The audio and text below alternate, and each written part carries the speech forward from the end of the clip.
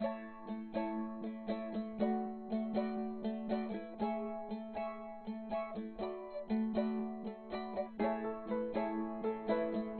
know what? One thing I've got to say, and you guys can correct me or not, but yeah, I think it broke your dad's heart to retire, even though he kind of wanted to, and he kind of didn't want to. Yeah, no, that job was his. I mean, he loved that job. Loved television, loved filming, loved the news. Well, that's all he talked about, even after he retired. Yeah, absolutely. Yeah.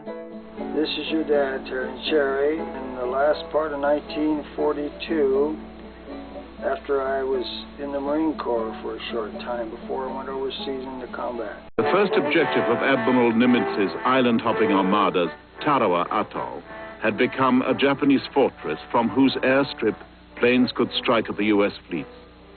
Tarawa had to be taken. This was D-Day, the day that we landed against the enemy under very heavy fire. We lost over 1,000 men the first day. I was in one of these Higgins boats at the time that these pictures were being taken. He did an outstanding job in the Marines. He made 7 landings under fire, getting off the ship and going into the water and swimming, you know, with all of his equipment. And he said people were just dying all around him, you know, they were being shot. And he had put himself through technical training, well, in the war. Okay, and he would get his correspondence lessons in the Army, and then he'd do them, the Marines, I'm sorry, and he would do them when he was out in the field, and then he'd send them back in. So he was earning his degree in electronics and communications while he was at war. I remember him saying he'd be sitting in a foxhole and be doing his lessons. I went to school in television. And I became a cameraman on the Betty White and Al Jarvis show. We were asked to bring the twins on the show. They're on television here right now. It's Sherry on the left, Terry on the right. Growing up, I know Sherry and I have some good memories of Grandpa. And just strange growing up with a cameraman for your dad. Yeah, he would come home with all the outtakes. Oops. From the news. Yeah, always had all the good stories, the big stories. He was always the first to go. They'd always call him, and we went on some stuff with him. We'd do the fires and go up with them. Yeah.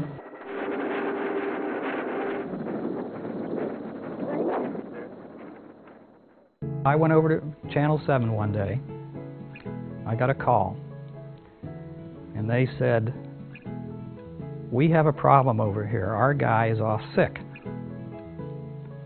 So I said, "Well, I'm not working today. I'll come over and help out."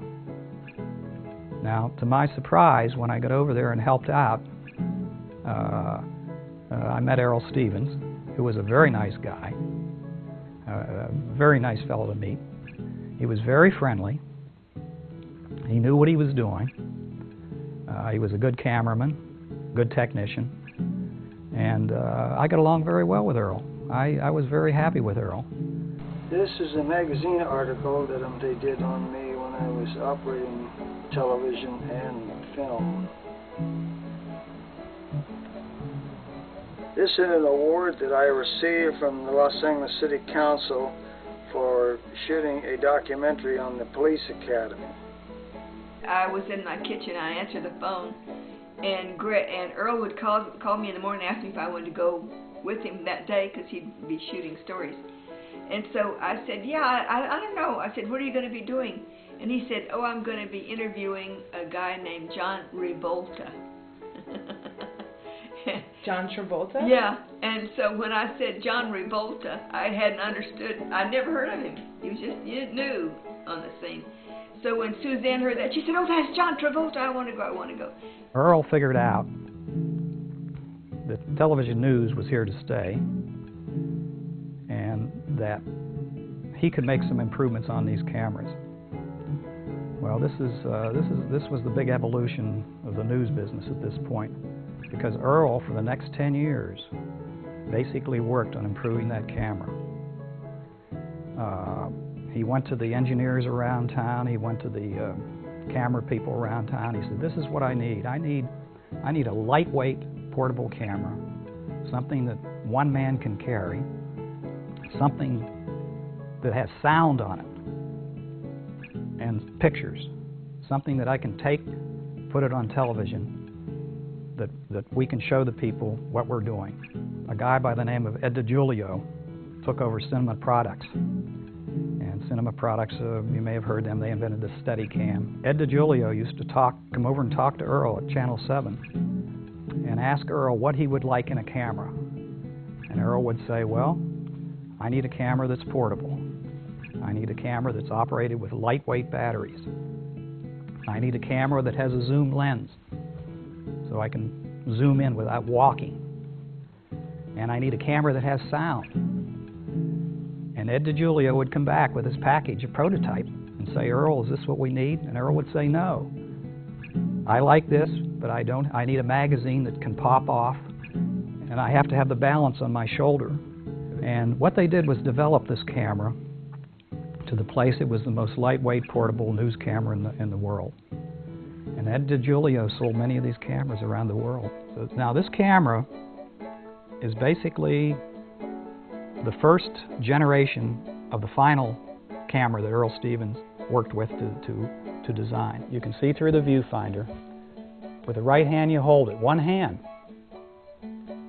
And then with the left hand you can adjust the focus, you can adjust the f-stop, and also you can adjust the zoom. You can control the zoom. So with one hand you can hold a camera and photograph somebody, take a picture, and get sound at the same time. This was an astounding feat.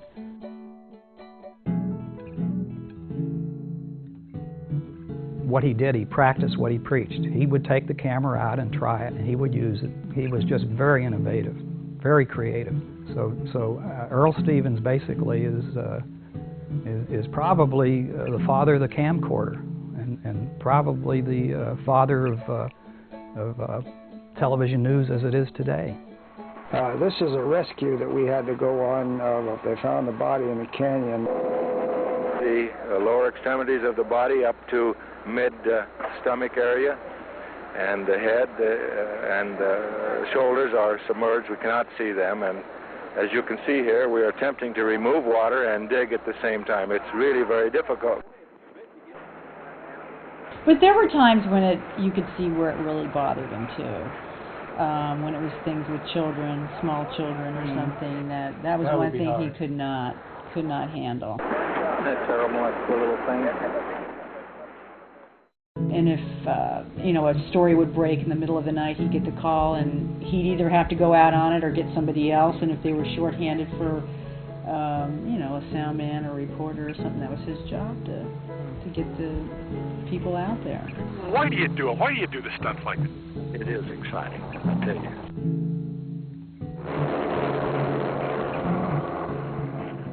Television news is not like the motion picture industry. The motion picture industry is scripted. Television news has no script. When you set your camera up or have your camera running, you get one chance. That camera's running and you get it the first time. There isn't any take two. There isn't any take three. And this is where Earle showed up to be superior. Earl Stevens was an unbelievable cameraman. This guy could throw a camera on his shoulder, turn that camera. He knew when to turn the camera on. He knew when to turn it off. His film was just superior in quality than anybody else's. His exposure was always good. I can never remember him dumping any film like others have done. He was always able to get his story. And if the story wasn't there, he could even piece it together to make it interesting so that it made the air. And not only that, he was able to go out and shoot. I watched him one time in an 8-hour day. He shot 7 stories. He went through and did 7 television news stories within that 8-hour period. I mean, they were like that. Because he knew he could quickly load the camera film. He knew the batteries were always charged properly. See, there's a million things you have to do when you're doing television news. This vast ocean of air and clouds all around us. I had an apprentice shooting the stuff on the ground, and I shot the stuff in the air. You know, he never really was very proud. He just was so humble. His humility was just outstanding. He just never wanted credit for anything, but people were always giving him credit because they knew he was the one that knew how to do things. If it hurt his feelings, he never would let it be known. He never complained or grumbled about anything. He'd continue doing the same things, helping people when they needed it without any regard for what credit he would get. He was just an inspiration to be with. He was always so trusted by everybody. If Earle was on the scene of a fire, he would be apt to put his camera down and pick up a hose and start putting the fire out. Because he was so compassionate to people that he thought that was more important than taking a picture of it. Grandpa was also a fan of Jacques Cousteau. Well, he knew Jacques Cousteau, didn't he? And yeah, he did a lot of stories or he some did stories with him. Filming Yeah, and stuff. he loved it. Yeah. He loved the ocean, the water. Yeah. The main cabin of the Calypso, Jacques Cousteau's Calypso, and that's George Arnold on the left, myself, and Bob Page, the reporter. This is 1967. This is me getting in my scuba gear. We went out and did some rescue. This is the underwater stuff that I shot, working with the Coast Guard, and we were off the coast of Catalina near the isthmus.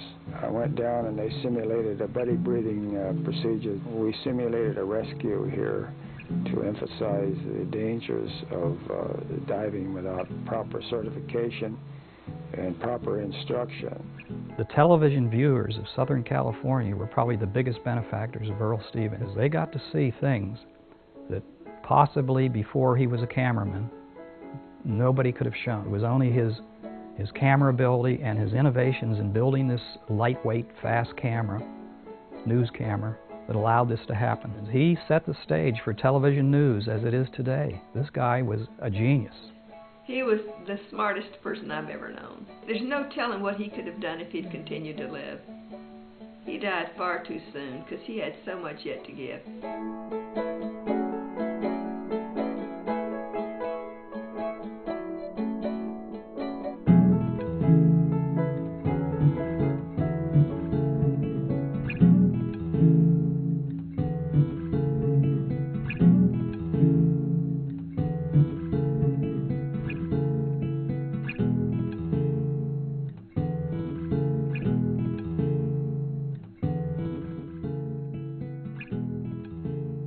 We all miss him. Yeah, absolutely. He's here with us all the time. Right now, probably. Yeah, laughing at us, going, "Oh no, don't say that." Yeah. Don't say that. Oh no, they said that. Oh yeah. Why are they saying that in front of the world? Because it's about time. It is Yeah. about time that he gets the recognition that And credit for all he's done. he did not want all that time. He did it just for the love of the business He always wanted to be behind the camera, not behind the action. Did not want any center stage. Right. No, he just wanted to be behind the lines. So.